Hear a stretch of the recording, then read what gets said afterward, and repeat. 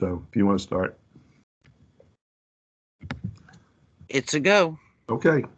Good afternoon, everyone. Day 2 of our virtual network meeting. And today's lineup is a very strong lineup. A lot of questions will be answered today in terms of when census data is going to be released. Today we have with us Alexandra Krause, and she is a survey statistician with the Census Bureau, and she's going to update us on the 2020 census product schedule. Alexandra? Great, thank you. Thanks so much for having me. I'm Alexandra Krause. Let me go ahead and get my slides set up. All right. I'm assuming you can see my screen. I'm Alexandra Krause. I'm with Population Division. I'm joined today with my colleague Colleen Keating, and we're happy to give an update on the 2020 census data products. If you have any questions, feel free to throw them in the chat, and I look forward to hearing some of your questions at the end. So, as we know, the Census Bureau has a long history of collecting and disseminating data and also protecting this data and confidentiality of respondents. But over time, more and more granular data has been published, and there have been a lot of advances in science, more powerful computers, and extremely accessible big data. And this has increased the risk of re-identifying respondents' data from the published statistics. So to mitigate this risk, the Census Bureau has implemented a new disclosure avoidance system, which is differential privacy. And Census's goal remains to meet data user needs while also implementing the new disclosure avoidance method for the 2020 census. So on screen, you're going to see the 2020 census data products. Today, I'm going to touch on apportionment and the redistricting, but we're really going to focus in on the demographic profile, the demographic and housing characteristics file, or the DHC, and the detailed demographic and housing characteristics file, which I'll refer to as the detailed DHC. So first we'll talk about apportionment, which is the total population for the nation and state equivalents. Apportionment results were released on April 26, 2021, and the apportionment results are the actual enumerated counts. They do not undergo disclosure avoidance. Next, we released the redistricting file, Public Law 94-171. The results were released as a summary file on August 12th, 2021, and then we released the exact same data on September 16th, 2021 on data.census.gov, a more user-friendly format. And it sounds like you'll hear more about data.census.gov a little bit later. These subjects, it's 6 tables. It includes housing occupancy, voting age, race, Hispanic or Latino origin, and then the group quarters population by major group quarters type. Those 6 tables are available down to the block level, which means they're available at the block level, and then all geographies above that block level. The redistricting data were protected using the differentially private top-down algorithm, or TDA. Now we're moving into that demographic profile, DHC and detailed DHC, and these products have not been released yet. So these slides reflect our proposed plan for these products. So the demographic profile includes a little less than 20 tables. It has selected demographic and housing characteristic information, including sex by 5-year age groups, median age by sex, race and Hispanic Latino origin information similar to the redistricting data. It also has relationship to householder, GQ population, household type, housing occupancy, and housing tenure. The demographic profile is proposed to be available down to the place and minor civil division level and all levels above that. The demographic profile is also protected using the differentially private top-down algorithm. To get the redistricting data out as soon as possible, we will run the top-down algorithm twice. So we ran the top-down algorithm to protect the redistricting data. When we return to publish the demographic profile in the DHC, we'll rerun that top-down algorithm with the redistricting data as an input. And then the output of that second run will be the data that will publish the demographic profile and the DHC. And we plan to tentatively release the demographic profile in 2022. Moving on to the DHC, this is the data product that has the most information. It has a lot of the demographic and housing tables that were previously provided in the 2010 Census Summary File 1 or SF1. Here on the screen, I provide some examples of subjects, but it's by no means exhaustive. It kind of shows you the detail that is built in the DHC compared to the demographic profile. So here you'll see sex by single year of age down to the tract level. You'll also receive sex by single year of age for the population under 20 years down to the block level. You'll have Hispanic or Latino origin of householder by race of householder. You'll have GQ population by sex of age. You'll also have a lot more of the housing and family characteristics, such as household type by relationship and presence of people of specific ages, multi-generational households, family type by presence of children, and more details about tenure as well. Tenure by household size, tenure by household type, vacancy status. So this is the largest data product. The lowest level of geography varies by table. A lot of the tables are currently being proposed at the census block level. And that's what you'll also see in the 2020 Census Data Product Planning Crosswalk. As I alluded to before on the previous slide, the DHC data is protected using the differentially private top-down algorithm. Similar to the demographic profile, our tentative plans are to release the DHC during 2022. Next, we'll talk about the detailed DHC. We unveiled the detailed DHC tables on our previous release of the 2020 Census Data Product Planning Crosswalk only a few months ago. The detailed DHC includes two types of tables. First, we have the tables iterated by detailed race, ethnicity, and American Indian and Alaska Native tribes and villages. These include the 4 tables: total population, sex by age for selected age categories, household type, and tenure. Those 4 tables are a subset of the tables from the 2010 Census Summary File 2 or SF2 and the 2010 Census American Indian and Alaska Native Summary File or the AIAN SF. And if you remember from 2010, SF2 and the AIAN SF, those are a subset of tables from the DHC. The only difference between those tables and the SF1, sorry, I meant SF1, not DHC. The only difference between that and the SF1 was that they do have those detailed iterations, and sometimes they're offered at a different level of geography. And so now moving into 2020 census, we have 4 of those tables in the detailed DHC with those detailed iterations. Now, in addition to that, we moved 8 complex person household join tables, which were previously included in the 2010 SF1, and we moved those to the detailed DHC.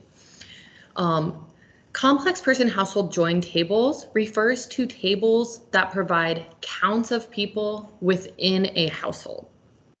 So, for example, you might see a similar table that's in the DHC and in the detailed DHC, and it might not be apparent kind of what the difference is. In the DHC, you might have counts of households by household type. So, for example, the counts of married family households.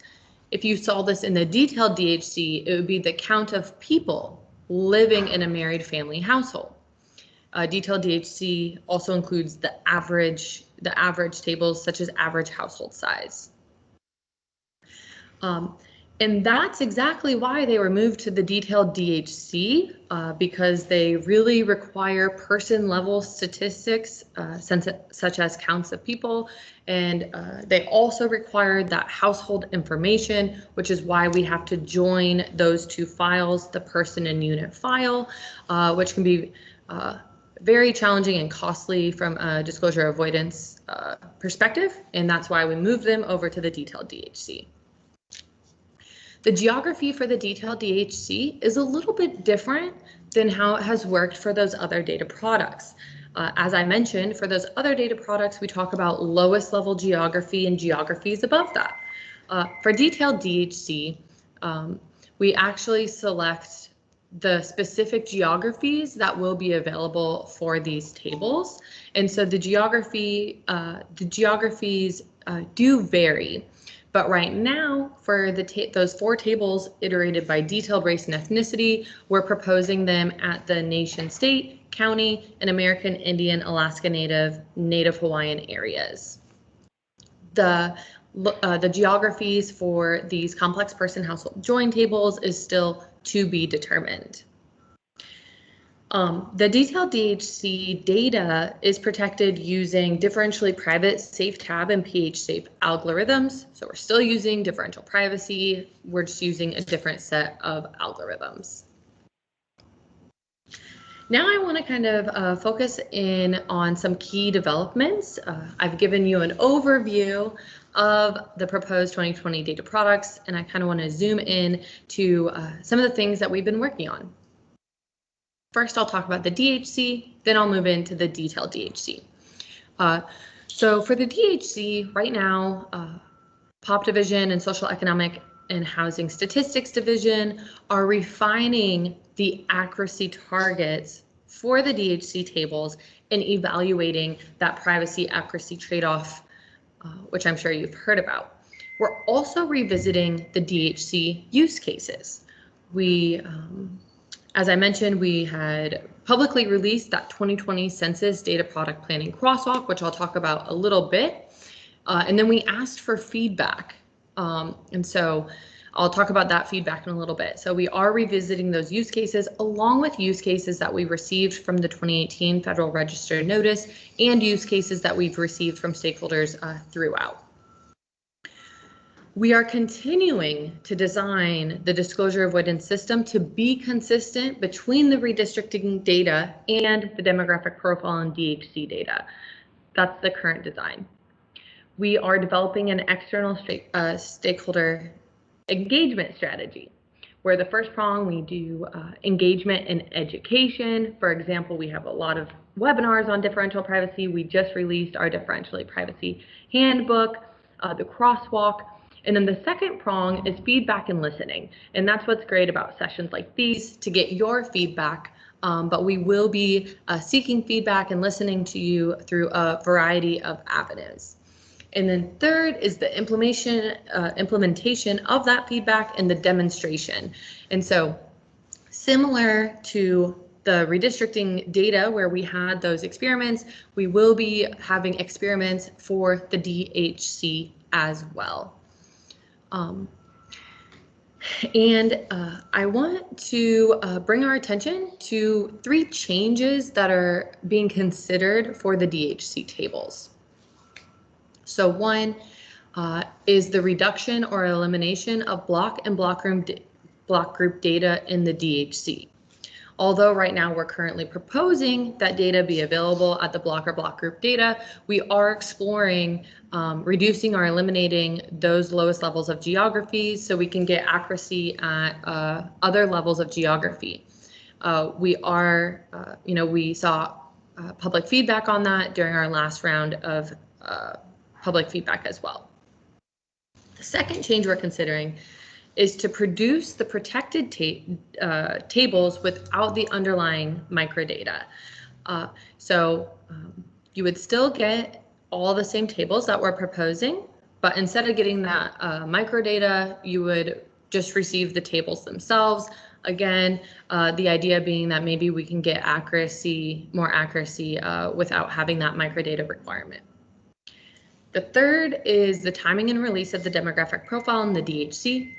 Normally or historically would release the demographic profile first and then the DHC, but we are considering flip-flopping that to get the data out to stakeholders as soon as possible, and we would love to hear your feedback on these changes. Moving into the detailed DHC, of course, we've determined the name and scope of the detailed DHC, and as a note, there is no microdata requirement for the detailed DHC, meaning you can expect to see those tables, but not the underlying data that produces them. We've engaged with Tumult Lab researchers on the disclosure avoidance system, and we are evaluating the privacy accuracy trade-off using analytical tools that Tumult has developed. We're also engaging with the public on the detailed DHC proposal and those use cases, which I've mentioned previously. We're developing an external engagement strategy similar to the DHC, and we will be conducting tribal consultations. So thank you for all of those who have submitted feedback thus far on the 2020 Census Data Product Planning Crosswalk. We asked for feedback on the DHC by October 22nd, and we are still requesting feedback for the detailed DHC. So feel free to continue writing us about the detailed DHC. We'd love to hear your feedback. We are actively going through this feedback and reviewing the feedback. But we did receive 360 comments by the October 22nd due date for the DHC, and at least 175 of these comments included specific use cases and data needs. We received, comments that document the legal needs or the strong community needs for the census data at low geographic levels. Two things that we're noticing in our initial analysis is the need for age data by race for developing estimates and projections, and also for planning purposes. The second one that we're noticing during our initial review is the housing counts by characteristics of the household or family for assistance programs and emergency planning. As I mentioned, we're still going through this, and we look forward to your feedback on the detailed DHC. So the 2020 Census Data Products Planning Crosswalk is posted on the Census website. If you just go to census.gov, type in disclosure avoidance, you will get to this page that you see on screen, and this first link will take you to the crosswalk. I've also let me switch my slides. I also did a crosswalk webinar where I go through the crosswalk tab by tab. I kind of provide a full picture of this is everything the crosswalk includes. And then the part that I think is really beneficial is that second part of my webinar where I go through and I show you how to find targeted information. Maybe you're only interested in seeing the tables that were removed from the DHC completely, or maybe you're only interested in the tables that have changed in geography since 2010 census. And in that webinar, I go through and explain how you can find that type of information, as well as information by topic. And so I've included that link on this slide here. I won't go into that today because I am looking forward to hearing your questions. And so with that, I'll turn it back over and hear some of your questions.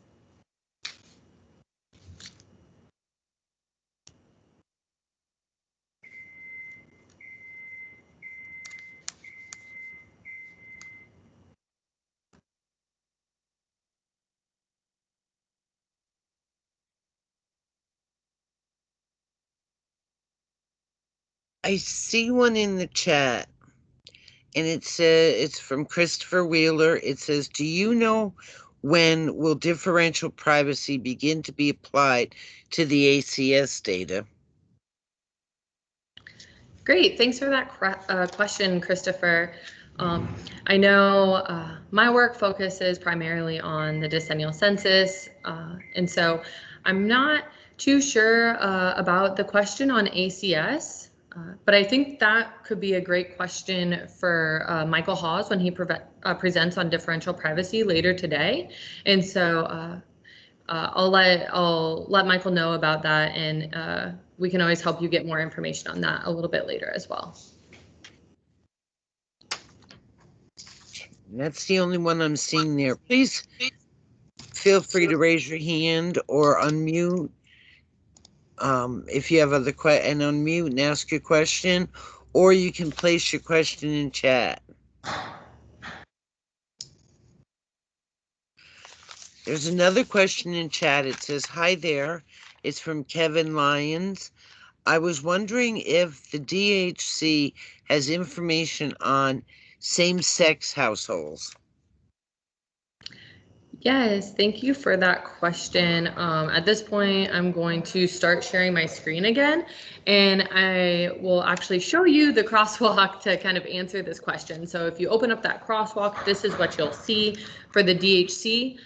You'll want to go over to the DHC crosswalk tab. And one thing you can kind of do to find this like topic by topic is you can always do a find replace here. And as you'll see, it doesn't show up. Maybe I'll put in a hyphen, still didn't show up. So that means that none of the table titles have same sex in them. So if you go over the DHC tables tab, this will actually show you the table shells.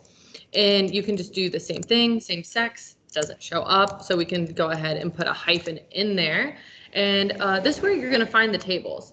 If you go to find all, you can kind of easily flip through. But here is our first table that has that information. Zoom out a little bit, but this is a person table. Sorry, I'm trying to find my mouse. This household type by relationship. So here you can get those counts. And then if I go through this find all, you'll notice that a lot of these are just those race and ethnicity iterations. So if I get to the bottom of that, this is our second table that includes that information. This coupled households by type, I'll zoom back in. And this is our other table where we have that information. So those are the two tables, not including the race and ethnicity iterations.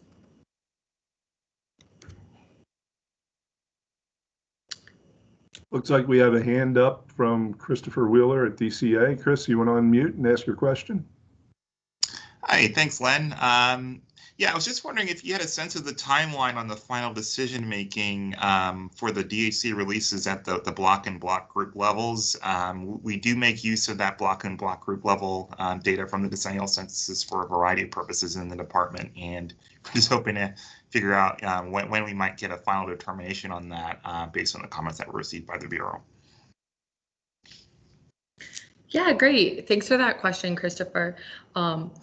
I can speak to the timeline of kind of how the development of the DHC. And so with the DHC, I mentioned before that we want to, put out some demonstration data products to get some stakeholder feedback. And the timeline for those are we hope to put out, or we're planning to put out one DHC demonstration data product in the winter of 2021 or 2022. And then, get that feedback, implement, and then we will put out a second DHC demonstration data product tentatively scheduled for spring 2022.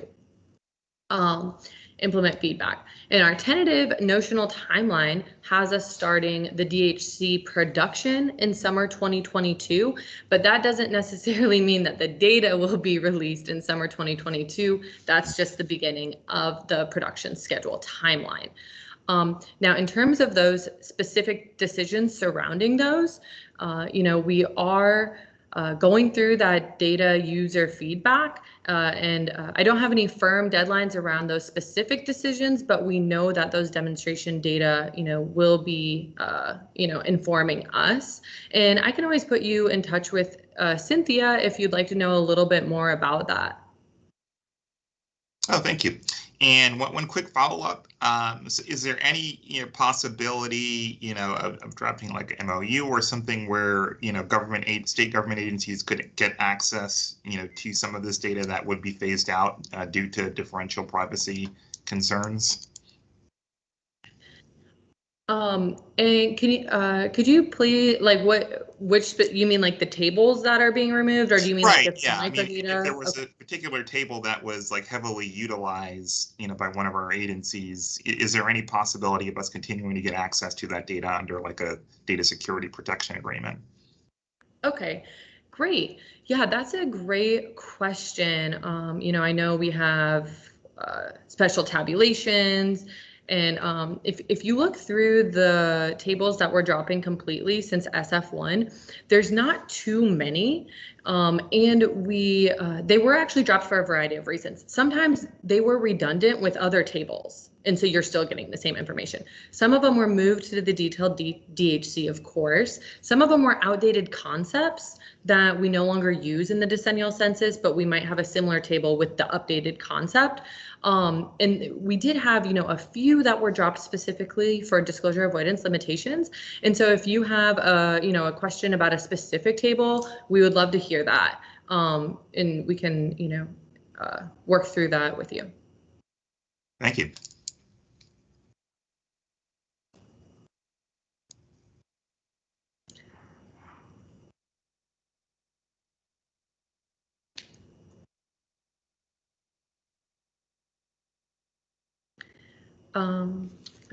I do see another Yep. question. Go ahead. Okay. I was going to say, I see another question in the chat from Tom. Thanks for your question. How does the top-down algorithm work?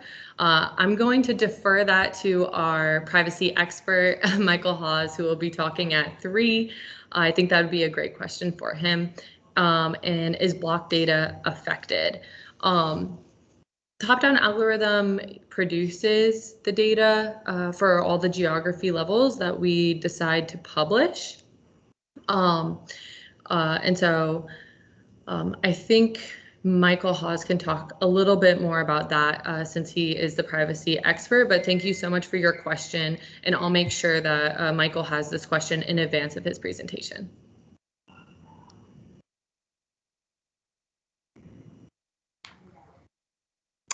Anybody else have any questions?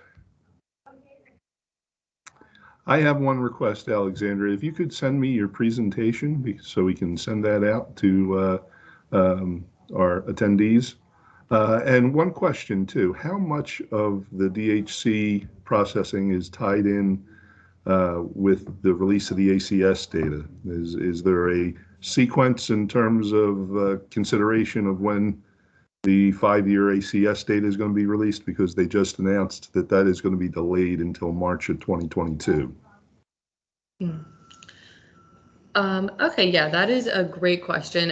So what you're asking is if there's any like considerations of the timeline of decennial census releases compared to ACS releases? Yeah, if it fits in anywhere in terms of the release schedule. In other words, processing. In other words, one of the reasons they gave is they're still processing the data as far as the effects of COVID and all of that. Obviously, that takes up some processing time in terms of census data products. Does that have an effect on the release of the DHC data? Or is there a sequence where the ACS data comes out ahead of it needs to come out ahead of the DHC information? Great, Lenny. Yeah, thanks for that further elaboration. What I can say is, I work primarily on decennial census, so I'm not as in tune with those deadlines for ACS. But even though the ACS timeline has recently came out, that notional timeline that I discussed before has not been affected by that. And that would be the DHC demonstration data in the winter of 2021 or 2022. And then another DHC demonstration data product in the spring of 2022, with the notional timeline having us start production for DHC in the summer. And so those 3 time points for the DHC, you know, those have not been impacted by this new information for ACS timelines. Okay. All right, great. Thank you. I appreciate the answer to the question. Lenny, I want to add one piece here too, Alexandra. I think part of that push out of the release of the ACS data is they're still looking at how the experimental data or how that 6 months affected the 5-year data. So that was part of the holdup on it too.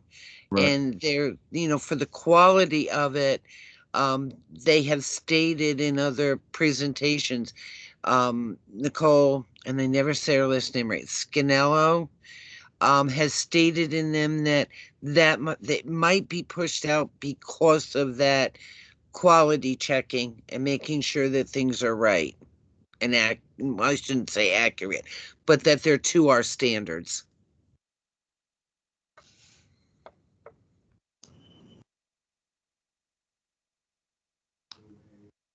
Okay, any other questions?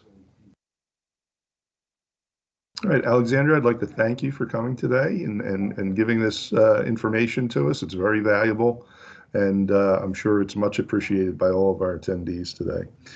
Great. Yeah, thanks so much. If anybody has feedback on the detailed DHC, you can send that to 2020-DAS@census.gov. If I didn't answer your question fully or you have a follow-up, feel free to reach out to Jason, Colleen, and I will make sure to get those questions over to Michael Hawes for later this afternoon. And thanks for having me. Terrific. Thank you.